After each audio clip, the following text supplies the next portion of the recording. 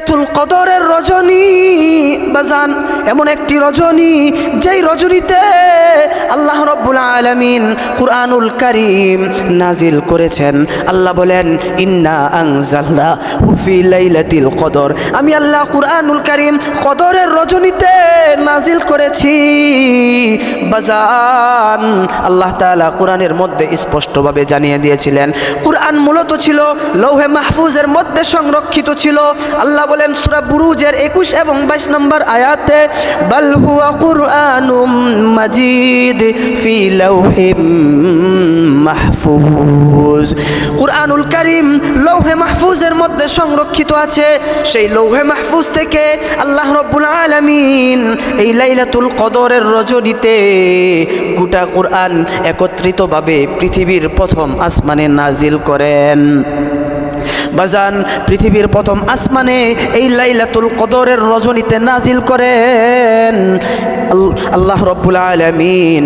সেই আসমান থেকে, পৃথিবীর প্রথম আসমান থেকে দুনিয়ার মধ্যে আল্লাহর নবীর উপর, রাসূলের উপর টানা 23 বছরে অল্প অল্প করে প্রয়োজন মতো হযরতে জিবরাইল আলাইহিস সালাতু ওয়াস সালামের মাধ্যমে নবী মুহাম্মদুর রাসূলুল্লাহ সাল্লাল্লাহু আলাইহি ওয়াসাল্লামের উপর অবতরণ করেন। বাজান বোঝা গেল এই লাইলাতুল কদরের রজনী গ্রন্থ মুকুট আল কুরআন নাজিলের রজনী। এই জন্য এই লাইলাতুল কদরের রজনীর ফজিলত আল্লাহ রাব্বুল আলামিনের কাছে অনেক বেশি। 10 দিন চলতেছে, নাজাতের 10 দিন চলতেছে। নাজাতের 10 দিন মহা বরকতপূর্ণ 10 দিন, কেননা এই 10 দিনের মধ্যে এমন একটি রজনী আছে যেই রজনীকে আমরা শবে কদর বলে জানি, লাইলাতুল কদর বলে জানি। আল্লাহ রাব্বুল আলামিন এই রজনীর ব্যাপারে কুরআনুল কারীমের মধ্যে পূর্ণ একটি সূরা নাজিল করেছেন। সূরাটির নাম হলো সূরাতুল কদর। আজকে আমরা প্রথমে এই সূরাটির তরজমা করব, তারপর সূরাটির তাফসীর করব ইনশাআল্লাহ। মুহতারাম হাজিরিন, আল্লাহ রাব্বুল আলামিন এই সূরার প্রথম আয়াতের মধ্যে বলেন, 5 আয়াত বিশিষ্ট সূরা। প্রথম আয়াতে আল্লাহ বলেন ইন্না আনজালনাহু ফি লাইলাতিল কদর। আল্লাহ বলেন নিশ্চয়ই কুরআনুল কারীম আমি আল্লাহ কদরের রজনীতে নাজিল করেছি। দ্বিতীয় নম্বর আয়াতে বলেন ওয়ামা আদরাকা মা লাইলাতুল কদর। আল্লাহ নবীকে উদ্দেশ্য করে বলেন, হে নবী আপনি কি জানেন লাইলাতুল কদরের রজনী কতটা ফজিলতপূর্ণ রজনী। তৃতীয় নম্বর আয়াতে আল্লাহ বলেন লাইলাতুল কদরি খায়রুম মিন আলফি শাহর। লাইলাতুল কদরের রজনীতে কোনো আল্লাহর বান্দা যদি ইবাদত বন্দেগী করে, আল্লাহ রাব্বুল আলামিন বলেন ওই বান্দার আমল নামায় 1000 মাসের চাইতেও বেশি ইবাদত করার সব আমি আল্লাহ দিয়ে দিব। সুবহানাল্লাহ। মুহতারাম হাজিরিন, 4 নম্বর আয়াতে আল্লাহ বলেন তানাজ্জালুল মালাইকাতু ওয়ার রূহু ফিহা বিইذনি রাব্বিহিম মিন কুল্লি আমর। আল্লাহ বলেন তানাজ্জালুল মালা, এই লাইলাতুল কদরের রজনীতে আমি আল্লাহ হযরতে জিবরাইল আলাইহিস সালাতু ওয়াস সালাম এবং অন্যান্য ফেরেশতাকে দুনিয়াতে পাঠিয়ে দেই বিভিন্ন মঙ্গলজনক বিষয় নিয়ে। 5 নম্বর আয়াতে আল্লাহ বলেন সালামুন হিয়া হাত্তা মাতলাইল ফাজর। আল্লাহ বলেন লাইলাতুল কদরের রজনীতে মাগরিব থেকে ফজর পর্যন্ত শান্তি বর্ষিত হইতে থাকে, সালাম বর্ষিত হইতে থাকে। মুহতারাম হাজিরিন, এই পর্যন্ত আমরা এই সূরাটির তরজমা করেছি। এখন আমরা এই সূরাটির সংক্ষিপ্ত তাফসীর নিয়ে আলোচনা করব। বাজান প্রথমে আমরা জানব এই সূরাটির শান নুজুল কি, অর্থাৎ এই সূরাটি নাজিল হওয়ার কারণ কি। বাজান কিতাবের মধ্যে আসছে কুবরা লিল বাইহাকির 8522 নম্বর হাদিসের মধ্যে আসছে হযরতে আব্দুল্লাহ ইবনে আব্বাস রাদিয়াল্লাহু তাআলা আনহু এর খাস শাগির্দ হযরতে মুজাহিদ রহমতুল্লাহি আলাইহি বলেন, হযরতে মুজাহিদ রহমতুল্লাহি আলাইহি বলেন, আল্লাহ রাব্বুল আলামিনের পয়গম্বর নবী মুহাম্মদুর রাসূলুল্লাহ সাল্লাল্লাহু আলাইহি ওয়াসাল্লাম একদিন সাহাবীদেরকে নিয়ে বয়ান করতেছিলেন। নবীজি বলেন, ও আমার সাহাবীরা, ও আমার সাহাবী, বনি ইসরাইলের জামানায় এমন একজন ব্যক্তি ছিল, বনি ইসরাইলের জামানায় এমন একজন ব্যক্তি ছিল যেই ব্যক্তি কিনা 1000 মাস যাবত হাতিয়ার কাঁধে নিয়ে আল্লাহর রাস্তায় যুদ্ধ করেছিল। একথা শোনার পর সাহাবীরা বলেন, ইয়া রাসূলুল্লাহ, ইয়া হাবিবাল্লাহ, আল্লাহ রাব্বুল আলামিন যদি আমাদেরকেও সেরকম লম্বা হায়াত দিতেন, আমরাও আল্লাহ তাআলার বেশি বেশি ইবাদত করতাম এবং নেকি হাসিল করতাম। তখন আল্লাহ রাব্বুল আলামিন এই সূরাটি নাজিল করেন, সূরাতুল কদর নাজিল করেন এবং এই সূরার মধ্যে উম্মতে মুহাম্মাদিকে জানিয়ে দেন। আল্লাহ বলেন, ও উম্মতে মুহাম্মাদিরা, আমি তোমাদেরকে এমন একটি রজনী দান করেছি, আমি তোমাদেরকে এমন একটি রাত দান করেছি যেই রাত 1000 মাসের চাইতেও উত্তম রজনী। মুহতারাম হাজিরিন, এবার আমরা জানব লাইলাতুল কদরকে লাইলাতুল কদর কেন বলা হয়। বাজান, কদর শব্দের অর্থ হচ্ছে তকদির, মানে হচ্ছে ভাগ্য। এই রজনী ভাগ্য রজনী, অর্থাৎ আল্লাহ রাব্বুল আলামিন মানুষের ভাগ্যের পূর্বলিখিত ভাগ্যের পূর্ণ 1 বছরের ভাগ্যলিপি ফেরেশতাদের হাতে তুলে দেন। মুহতারাম হাজিরিন, এই জন্য এই রাতকে লাইলাতুল কদর বলা হয়। তাফসীরে কুরতুবীর মধ্যে আসছে, হযরতে আব্দুল্লাহ ইবনে আব্বাস রাদিয়াল্লাহু তাআলা আনহু বলেন, আল্লাহ রাব্বুল আলামিন লাইলাতুল কদরের রজনীতে দায়িত্বশীল 4 জন ফেরেশতাকে ডাকেন। তার মধ্যে একজন হলেন হযরতে জিবরাইল আলাইহিস সালাতু ওয়াস সালাম, আরেকজন হলেন হযরতে মিকাইল আলাইহিস সালাতু ওয়াস সালাম, আরেকজন হলেন হযরতে ইসরাফিল আলাইহিস সালাতু ওয়াস সালাম, 4 নম্বর হলেন হযরতে আজরাইল আলাইহিস সালাতু ওয়াস সালাম। এই 4 জন ফেরেশতাকে ডাকেন। এই 4 জন ফেরেশতাকে ডাইকা বান্দাদের পূর্বলিখিত ভাগ্যের পূর্ণ 1 বছরের ভাগ্যলিপি, যাবতীয় বিষয়ের ভাগ্যলিপি ফেরেশতার হাতে তুলে দেন। এই জন্য এই রাতকে বলা হয় লাইলাতুল কদরের রজনী তথা ভাগ্য রজনী। বাজান, লাইলাতুল কদরকে লাইলাতুল কদর বলার দ্বিতীয় কারণ হলো আল্লাহ রাব্বুল আলামিন এই শবে কদরের রজনীতে বান্দাদের আমলকে বিশেষভাবে কদর করেন, অর্থাৎ আল্লাহ রাব্বুল আলামিন বান্দাদের আমল বিশেষভাবে কবুল করেন। এই জন্য এই রাতকে বলা হয় লাইলাতুল কদরের রজনী। বাজান, নামকরণের 3 নম্বর কারণ হলো কদর শব্দের আরবি ভাষায় আরেকটি অর্থ হচ্ছে সম্মানিত, মহত্ব। যেহেতু আল্লাহ রাব্বুল আলামিনের কাছে এই রাত মহত্বপূর্ণ, এই রাত সম্মানিত, এই জন্য এই রাতকে লাইলাতুল কদর বলা হয়। এই হচ্ছে লাইলাতুল কদর নামকরণের 3টি কারণ, যা তাফসীরের কিতাবের মধ্যে আসছে। মুহতারাম হাজিরিন, এবার আসুন আমরা জানি শবে কদরের ফজিলত সম্পর্কে, লাইলাতুল কদরের ফজিলত সম্পর্কে। মুহতারাম হাজিরিন, ফজিলত সম্পর্কে বহু হাদিস উল্লেখ রয়েছে, বহু ফজিলতের কথা উল্লেখ রয়েছে কিতাবের মধ্যে। তার মধ্যে 1 নম্বর ফজিলত হলো লাইলাতুল কদরের রজনী। বাজান, এমন একটি রজনী যেই রজনীতে আল্লাহ রাব্বুল আলামিন কুরআনুল কারীম নাজিল করেছেন। আল্লাহ বলেন, ইন্না আনজালনাহু ফি লাইলাতিল কদর, আমি আল্লাহ কুরআনুল কারীম কদরের রজনীতে নাজিল করেছি। বাজান, আল্লাহ তাআলা কুরআনের মধ্যে স্পষ্টভাবে জানিয়ে দিয়েছিলেন, কুরআন মূলত ছিল লৌহে মাহফুজের মধ্যে সংরক্ষিত ছিল। আল্লাহ বলেন সূরা বুরুজের 21 এবং 22 নম্বর আয়াতে, বাল হুয়া কুরআনুম মাজিদ ফি লাউহিম মাহফুজ। কুরআনুল কারীম লৌহে মাহফুজের মধ্যে সংরক্ষিত আছে। সেই লৌহে মাহফুজ থেকে আল্লাহ রাব্বুল আলামিন এই লাইলাতুল কদরের রজনীতে গোটা কুরআন একত্রিতভাবে পৃথিবীর প্রথম আসমানে নাজিল করেন। বাজান, পৃথিবীর প্রথম আসমানে এই লাইলাতুল কদরের রজনীতে নাজিল করেন আল্লাহ রাব্বুল আলামিন। সেই আসমান থেকে, পৃথিবীর প্রথম আসমান থেকে দুনিয়ার মধ্যে আল্লাহর নবীর উপর, রাসূলের উপর টানা 23 বছরে অল্প অল্প করে প্রয়োজন মতো হযরতে জিবরাইল আলাইহিস সালাতু ওয়াস সালামের মাধ্যমে নবী মুহাম্মদুর রাসূলুল্লাহ সাল্লাল্লাহু আলাইহি ওয়াসাল্লামের উপর অবতরণ করেন। বাজান, বোঝা গেল এই লাইলাতুল কদরের রজনী গ্রন্থ মুকুট আল কোরআন নাজিলের রজনী। এই জন্য এই লাইলাতুল কদরের রজনীর ফজিলত আল্লাহ রাব্বুল আলামিনের কাছে অনেক বেশি। বাজান, দ্বিতীয় ফজিলত হলো আল্লাহ তাআলা সূরা কদরের মধ্যেই জানিয়ে দিয়েছেন, লাইলাতুল কদরি খায়রুম মিন আলফি শাহর। লাইলাতুল কদরের রজনী 1000 মাসের চাইতেও উত্তম রজনী।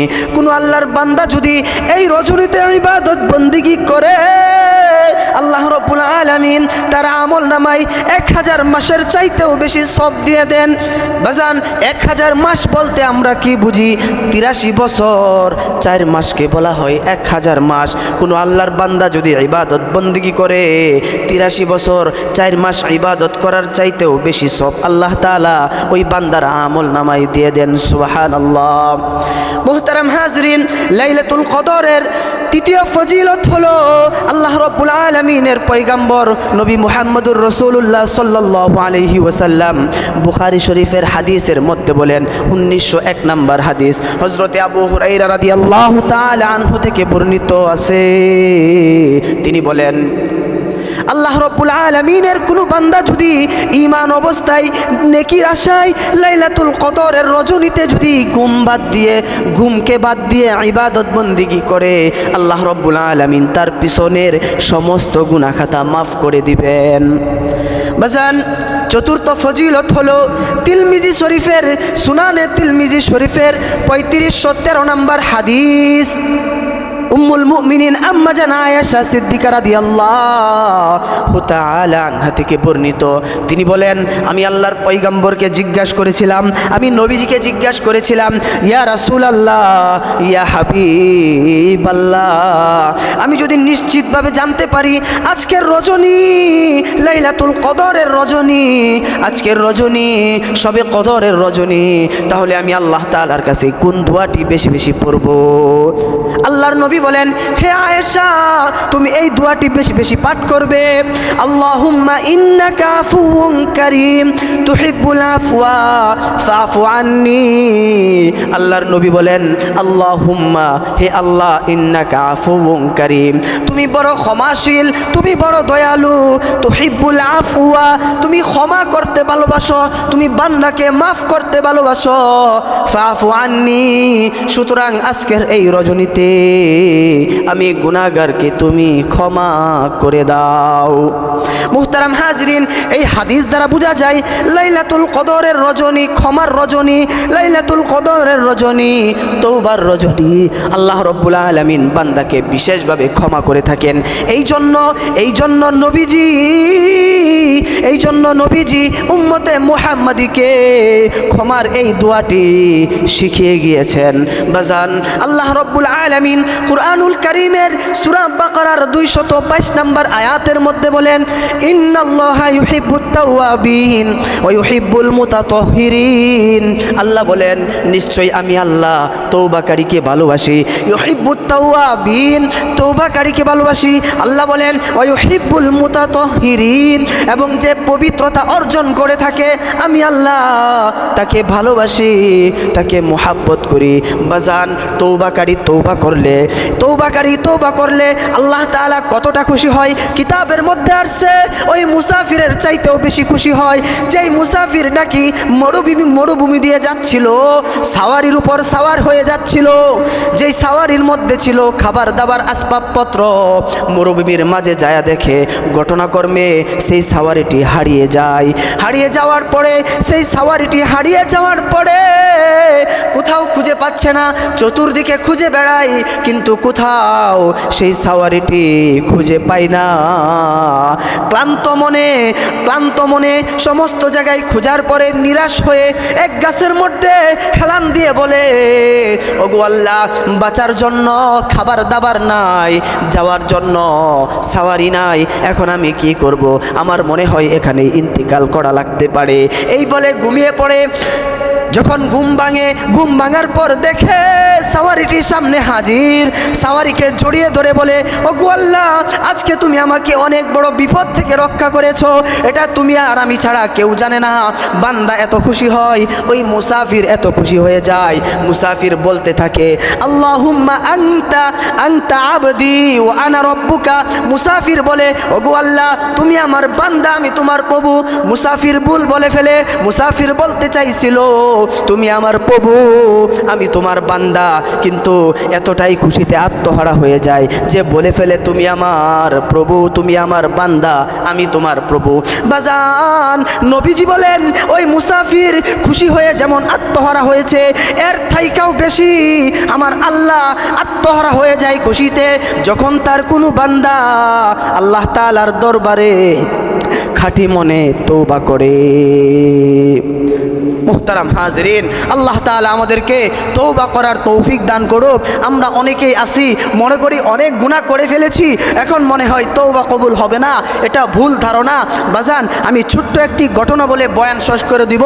একজন ব্যক্তি ছিল বনি ইসরাইলের জামানায়, যা মুসলিম শরীফের হাদিসের মধ্যে আসছে, বুখারীর হাদিসের মধ্যেও আসছে, যে একজন ব্যক্তি ছিল বনি ইসরাইলের জামানায়, যে কিনা 100 জন মানুষকে হত্যা করেছিল, 99 জন মানুষকে হত্যা করেছিল। হত্যা করার পর এরকমভাবে এক ইহুদি দরবেশের কাছে যায় বলে, আমি তো 99টি মানুষ খুন করেছি। তার কাছে অনুতপ্ত হয়, আফসোস হয়। সে যায় বলে যে, আমার কি তওবা করার কোনো উপায় আছে কি না? ওই দরবেশ বলে, না, তোমার তওবা করার কোনো উপায় নাই, তুমি গুনাহগার, তুমি 99টি মানুষ খুন করেছ, তুমি কেমনে ভাবো তোমার তওবা কবুল হবে? তোমার তওবা কখনোই কবুল হবে না।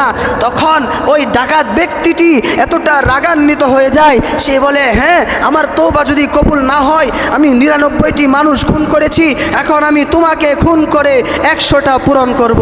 এভাবে ওই ব্যক্তিটাকেও খুন করে ফেলে। কিছুদিন যাওয়ার পর তার ভিতরে ভিতরে অনুতপ্ত হয়, সে আফসোস করতে থাকে, আমি বড় গুনাহগার, এখন আমি কি করব? বাজান, এক ইহুদি আল্লাহর ওলির কাছে যায়, আল্লাহর ওলির কাছে যায় বলে, আমি তো এত গুনাহ করে ফেলেছি, 100 জন মানুষকে হত্যা করে ফেলেছি, এখন আমি কি করব? আল্লাহর ওলি বলে, তুমি বাইতুল মুকাদ্দাসে চলে যাও, গড়বাড়ি ছেড়ে বাইতুল মুকাদ্দাসে চলে যাও, সেখানে গিয়ে তুমি ইবাদত বন্দেগী করো, তওবা করো। সেখানে অনেকেই রয়েছেন, ইবাদত বন্দেগী করতেছে, তওবা করতেছে, তুমি যায় তওবা করে ফেলো, হয়তোবা আল্লাহ মাফ করে দিবেন। এই চিন্তা করে সে ঘর থেকে বাহির হয়ে যায়। মাঝ রাস্তায় যায় তার মৃত্যু হয়ে যায়, সে ইন্তেকাল করে ফেলে। এইবার জান্নাতের ফেরেশতারা আসে তাকে নিয়ে যাওয়ার জন্য, তার রূহটাকে জান্নাতে নিয়ে যাওয়ার জন্য। জাহান্নামের ফেরেশতারা আসে তার রূহটাকে জাহান্নামে নিয়ে যাওয়ার জন্য। এবার দুজনের মধ্যে দ্বন্দ্ব লেগে যায়। একজন বলে, জাহান্নামের ফেরেশতা বলে, সে এখনো তওবা করে নাই, গুনাহগার, আমি তাকে জাহান্নামে নিয়ে যাব। জান্নাতের ফেরেশতা বলে সে তওবার উদ্দেশ্যে বের হয়েছে, খাঁটি মনে তওবার উদ্দেশ্যে বের হয়েছে, যদিও তওবা করতে পারে নাই, সুতরাং আমরা তাকে জান্নাতে নিয়ে যাব। ফেরেশতারা আল্লাহর দরবারে যায়। আল্লাহ বলে ও আমার ফেরেশতারা যায় দেখো মসজিদ বেশি দূরে নাকি বাসা বেশি দূরে। যদি বাড়ি দূরে হয়, মসজিদ কাছে হয়, তাহলে সে জান্নাতি। আর যদি মসজিদ দূরে হয়, বাড়ি কাছে হয়, তাহলে সে জাহান্নামী। এইবার মাপতে থাকে ফেরেশতারা। আল্লাহ বলে ও মসজিদের রাস্তা তুমি সংকীর্ণ হয়ে যাও, ও বাড়ির রাস্তা তুমি দূরবর্তী হয়ে যাও। আমার বান্দা তওবার উদ্দেশ্যে বাসা থেকে বের হয়েছে, তার মনে খাঁটি তওবার নিয়ত ছিল, আমি আমার বান্দাকে নিরাশ করব না, তুমি প্রশস্ত হয়ে যাও, তুমি সংকীর্ণ হয়ে যাও। এইবার মাইপা দেখে মসজিদের রাস্তা কাছে আর বাড়ির রাস্তা হলো দূরে। তখন জান্নাতের ফেরেশতারা তার রূহটাকে নিয়ে জান্নাতের মধ্যে চলে যায়। বাজান, এই হাদিস দ্বারা বোঝা যায় আল্লাহ যে কত দয়ার সাগর, কত দয়ার সাগর, তা এই ঘটনা দ্বারা বোঝা যায়। এই জন্য আমরা কেউ নিরাশ হব না, আমরা খাঁটি মনে আল্লাহ তাআলার কাছে তওবা করব। শর্ত হলো বান্দা যদি খাঁটি মনে তওবা করে, অবশ্যই আল্লাহ তাআলা বান্দার তওবা কবুল করবেন।